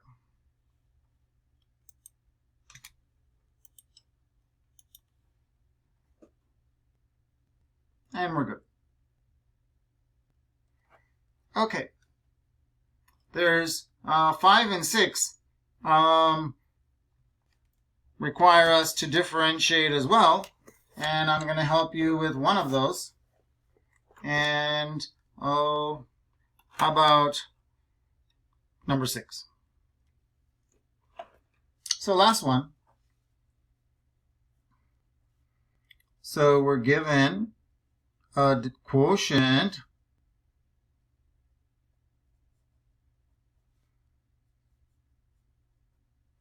for x divided by the square root.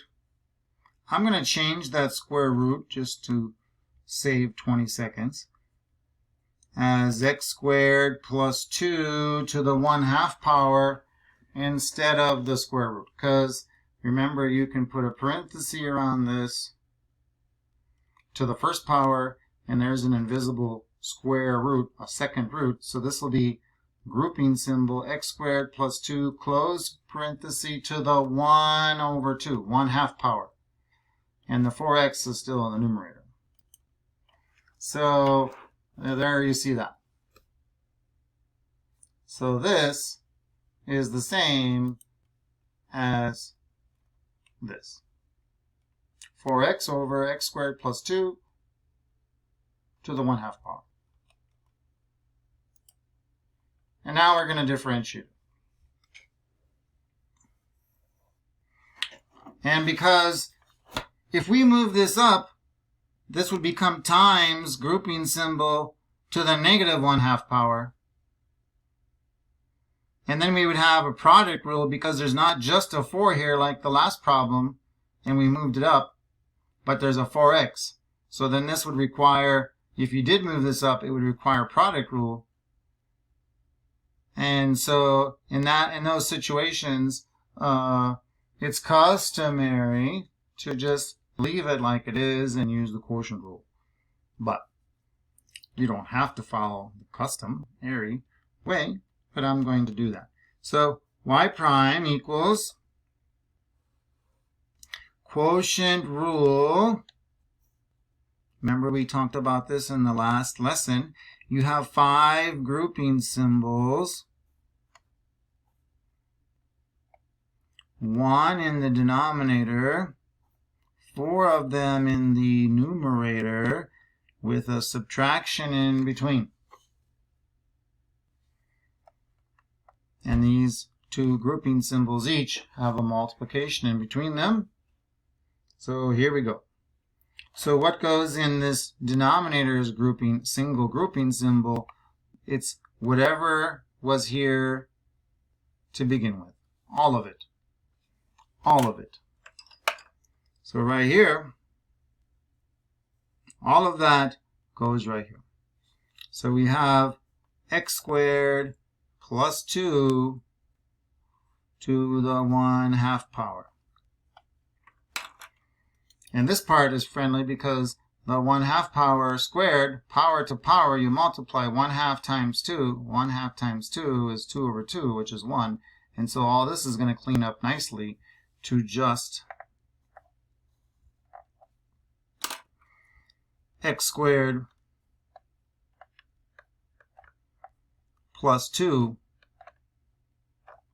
to the first power, which you don't have to write. Now what goes in the numerator on the quotient rule? 4 grouping symbols. And the way I explain it doesn't mean that someone else may explain it that way. So if someone else tells you, they'll say something like the original denominator times the derivative of the numerator minus the derivative of the denominator times the original numerator, something like that. And that's perfectly fine. It does the exact same thing. So I'm just trying to keep it as friendly as possible, and I'm saying what goes here and what goes in this one. No effort, no work. You just put here, you put whatever was in the bottom, and so we do that. So here we're going to put this x squared plus 2 to the 1/2 power. What goes over here? Again, no work. Whatever expression was in the numerator, and that's just the 4x.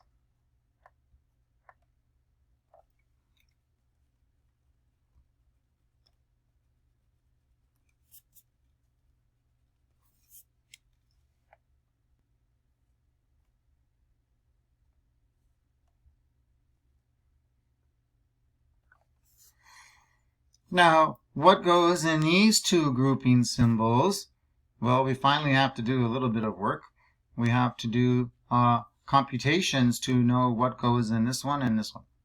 What computation do we have to do? A derivative. And you either differentiate the top one or the bottom piece. So you're going to have to differentiate both of them. So what goes in here? So if we wanted to, we could say, you know what? I know I'm going to have to differentiate both of those. So you know what? I'm just going to write them both over here. The derivative of, with respect to x, of 4x. I know I'm going to have to do that. And I also know I'm going to have to differentiate the bottom piece. So I'm going to write that down as well.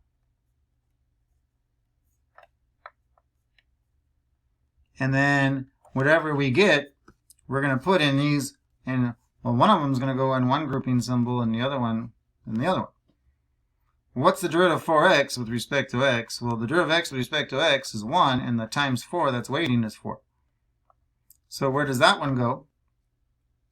So right here, the derivative of what expression goes right here? Well, not this one that's next to it, but the other one. Well, the other one was this one. So what's the derivative of 4x with respect to x? So that's 4. So here we put a 4. And now here we have to do another computation, which is the derivative again of which piece?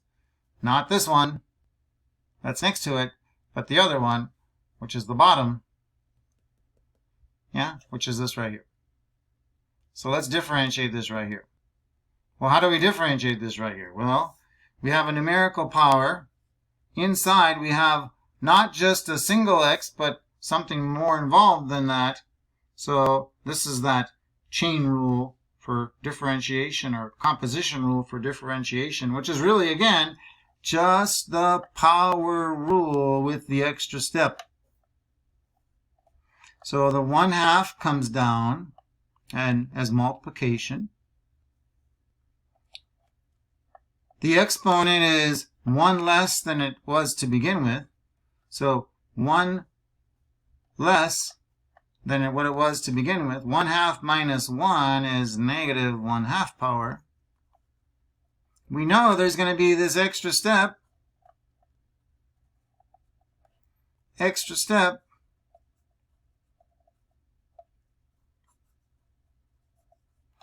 What is the extra step? It's the derivative with respect to x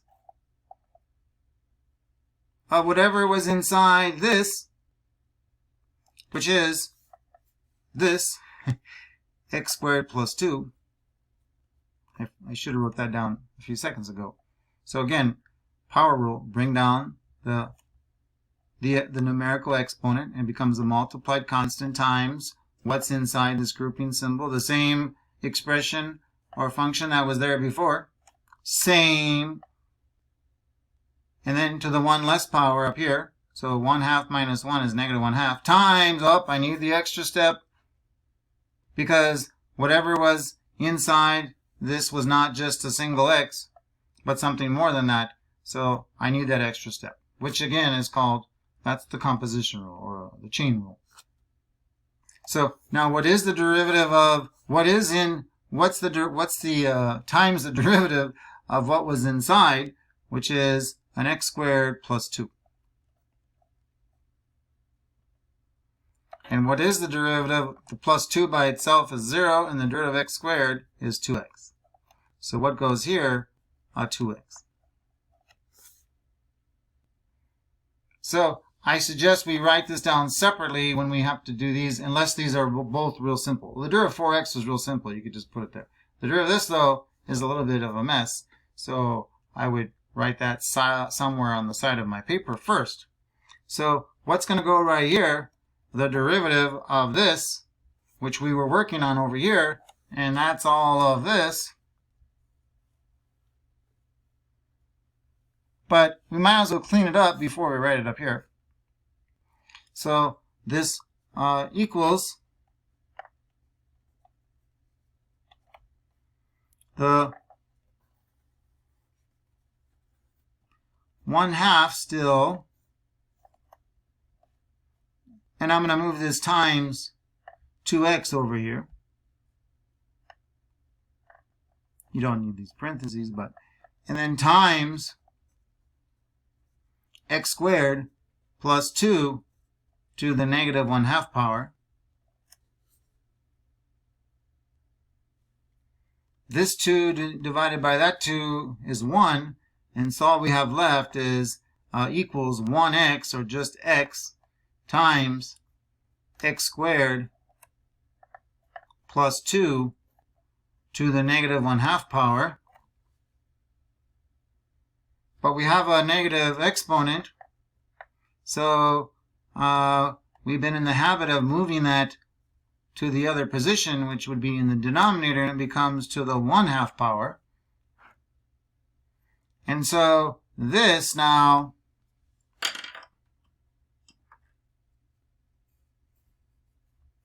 is the cleaned up derivative of this piece.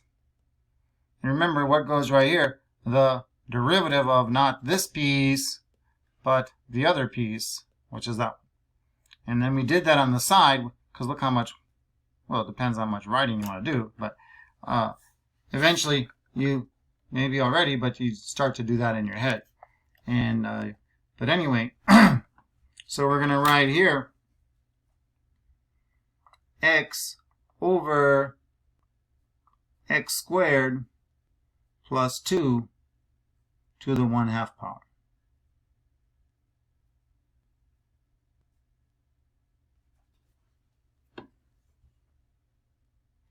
There is a way to clean this numerator as a kind of a mess. We cleaned up the denominator, remember, and we wrote this.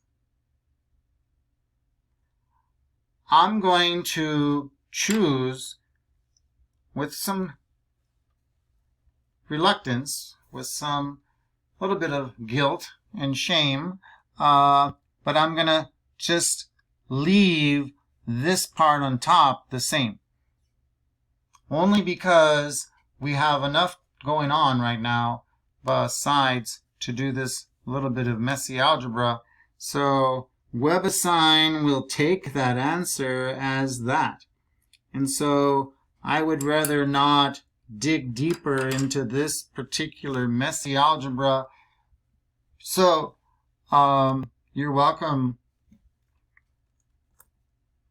You're welcome to ask me on an office hour, or you can play with it algebraically and try to see if you can simplify it, but I'm going to just leave it like it is.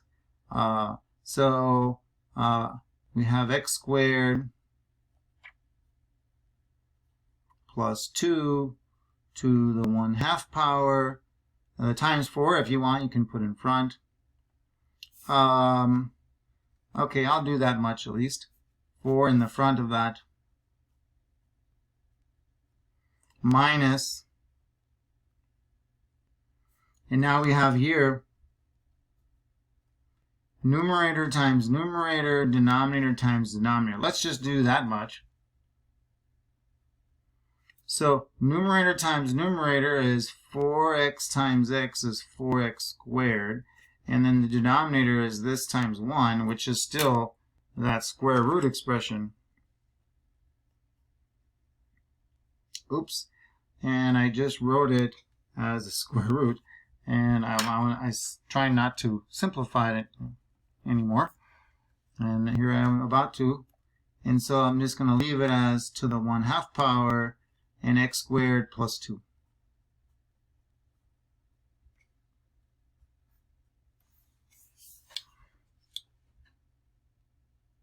From here, you could do like 2 or 3 more algebraic steps to clean it up. But there was enough here to begin with. And again, it's not a huge priority. So I'm just going to say, let's leave it like that. And then we'll put it in WebAssign. And if you wish, you can challenge yourself and clean that up. But I'm going to just stop it there. Really, not out of laziness, although it might appear that way, but out of the fact that this class has to move, and it's already a struggle in 5 weeks. So anyway, in the denominator we had x squared plus 2. In the numerator, it does a little bit of a mess. we had 4 times x squared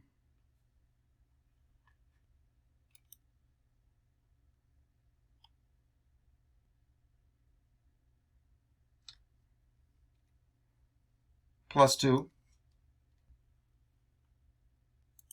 raised to the 1/2 power. It probably would have been easier just to write a square root, but it's up to you. Was trying not to change it very much, but when you start typing it in here, it starts to look very messy. Minus, and then we had another fraction here. In the numerator, it was a 4x squared. In the denominator, it was the same thing again, this part right here. So you can see how messy this gets. And it's x squared plus 2, close it, to a power again of a fractional power at that.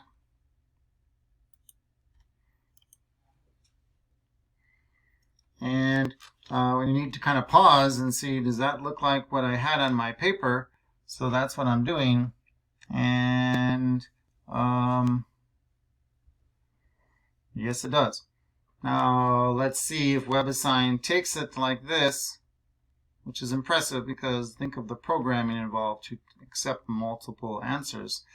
Or do they want us to clean this numerator up? I hope not. Well, let's find out. So submit. And we say, thank you very much, WebAssign. In the old days, which was not that long ago, or even currently, if we have a calculus class without WebAssign and we only are using the textbook, you would look in the back of the book and this would not be the answer. And then we would have to try to figure out how the heck do we get from this to their answer. And that's another challenge in itself. And in this particular case, it's not a slight challenge. It's a challenge. But thank goodness we can just leave it like that. And I think, in my opinion, based on a Summer 1 5-week Calculus 1 course, let's pick and choose some moments when we just move on. And when you do this one, you're going to use the product rule. Change this to 16 minus x squared to the 1/2. And then use product rule, which is your 4 parentheses. And then don't clean up the mess too much either. I mean, it's up to you, but that's my suggestion. Because 5 and 6 can be messy in the cleaning up. But if we just leave it like that, it wasn't so bad. It takes some effort to type it in correctly with all the correct amount of parentheses. So do the same thing. I'm recommending to you to do the same thing on that. If you want to see that, you can play with it and try it yourself, or you can ask me in office hour, okay? Okay, so the rest of these up above, there's 3 up here, they should be, they're more introductory, they should be relatively nice, and so the rest are for you. We did quite a bit. It was over 2 hours. Sometimes that happens. I try not to, but I don't know what else to say. But I'm here to help you. I hope it's helped you. And having said that, I will be making your next video over 2.5. I hope trying tomorrow, which would be which is already today. It's 1:07 in the morning right now. But on Wednesday. But I need to make videos for Calculus 3 first, and it's kind of a challenge for me. But that's my problem. So take care, everyone. Work hard. I hope this is helping you. Please be sincere in your efforts in learning, and the grade will come. Okay, so goodbye for now. Mr. King saying goodbye. Good night.